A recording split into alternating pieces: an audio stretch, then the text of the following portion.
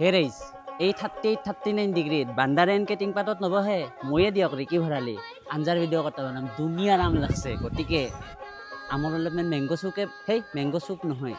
mango' চেকে বানাই দিম দিয়ক নাকে কয় অলপ আনকমন হ'ব লাগে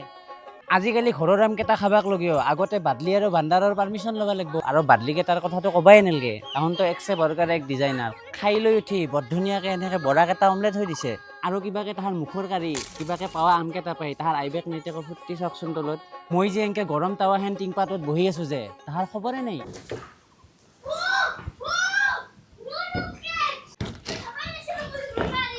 এইয়াৰ গৰম বন্ধত ভাগনে কাহো মামেক ঠেকাইলি মামেকটোই কেথেনবা এংকে জুই ওলাই থকা টিংপাতত উঠি বান্দাৰৰ দৰে টিংপাত বাগে বাগে মোৰ দৰে ভাজা মাছে নহ'ব লগা হয় মেইন কথাটো একেইদিন আপুনি টিভি ফেচবুক খুলবাই নৰে বাজাৰত বোলে কাৰ্বাইড কেমিকেল দিয়া আম বিক্ৰী কৰি আছে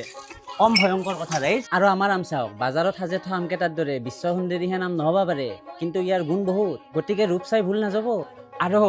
আমাৰ আমকেইটাত কেমিকেলৰ নামত কেৱল বান্দাৰ আৰু বাদলিৰ লেলহে আছে বাকী বিশুদ্ধ অসমীয়া আম এই আম খাব আপোনালোকে এথেন আমাৰ মাই এই সনাহেন আমকেইটা ভালকে চাফা চফাকে কাটি একলাই গৰুৰ গাখীৰ আৰু চেনি দি চিম্পুলকে ঘৰৰ পকা আমৰ চৰ্বত কাৰণে খুৱালাক আমাক পাল্লিটো অন্দিনাৰ দৰে পাতাতে বটলা হয় আজি আৰু কিবাকে মিক্সিটো ব্যৱহাৰ কৰিছে দিয়ক ঘৰৰ আমৰ গন্ধটোৱে কেনেহেন এটা মজা দিয়ক পিছে এইবাৰ বহুতৰ গছত আম লগা নাই যা হওক আপোনালোকে কেনেকৈ খায় আমাক জনাব তেহে আপোনালোকৰ পৰা শিকি আমি আৰু ইম্প্ৰুভ কৰি খাব পাৰিম এনেকৈ কয় ধন্যবাদ